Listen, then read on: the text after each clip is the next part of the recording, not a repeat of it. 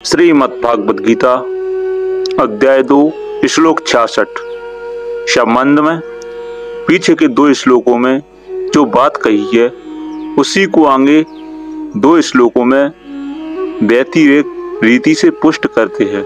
इस श्लोक में भगवान कह रहे हैं, जिसके मन इंद्रियां संयमित नहीं है ऐसे मनुष्य की व्यावसायिकता बुद्धि नहीं होती, और व्यावसायिकता बुद्धि न होने से उस अयुक्त मनुष्य में निष्काम भाव अथवा कर्तव्य परायणता का भाव नहीं होता। निष्काम भाव न होने से उसको शांति नहीं मिलती। फिर शांति रहित मनुष्य को सुख कैसे मिल सकता है? जिसका अर्थ है दोस्तों, यहाँ कर्म योग का विषय है। कर्म योग में मन और इंद्रियों का संयम रखना मुख्य होता है। विवेक पूर्वक संयम किए बिना कामना नष्ट नहीं होती।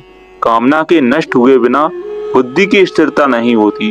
अतः कर्म योगी साधक को पहले मन और इंद्रियों का संयम करना चाहिए, परंतु जिसका मन और इंद्रियां संयमित नहीं है उसकी बात इस श्लोक में कहते हैं। जिसका मन और इंद्रियां संयमित नहीं है ऐसे अयुक्त असंयमी पुरुष की मेरे को केवल परमात्मा प्राप्ति ही करनी है ऐसी एक निश्चय वाली बुद्धि नहीं होती।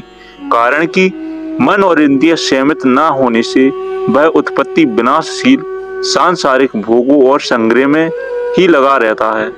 वह कभी मान चाहता है, कभी सुख आराम चाहता है, कभी धन चाहता है, कभी भोग चाहता है।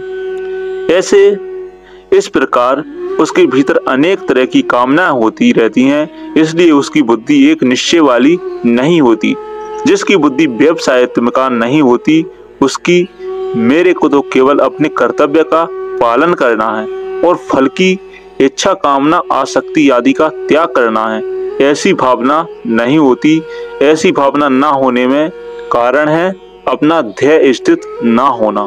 जो अपने कर्तव्य के परायण नहीं रहता उसको शांति नहीं मिल सकती। जैसे साधु शिक्षक ब्राह्मण क्षत्रिय वैश्य शूद्र आदि यदि अपने अपने कर्तव्य में तत्पर नहीं रहते तो उनको शांति नहीं मिलती। कारण कि अपने कर्तव्य के पालन में दृढ़ता न रहने से ही अशांति पैदा होती है।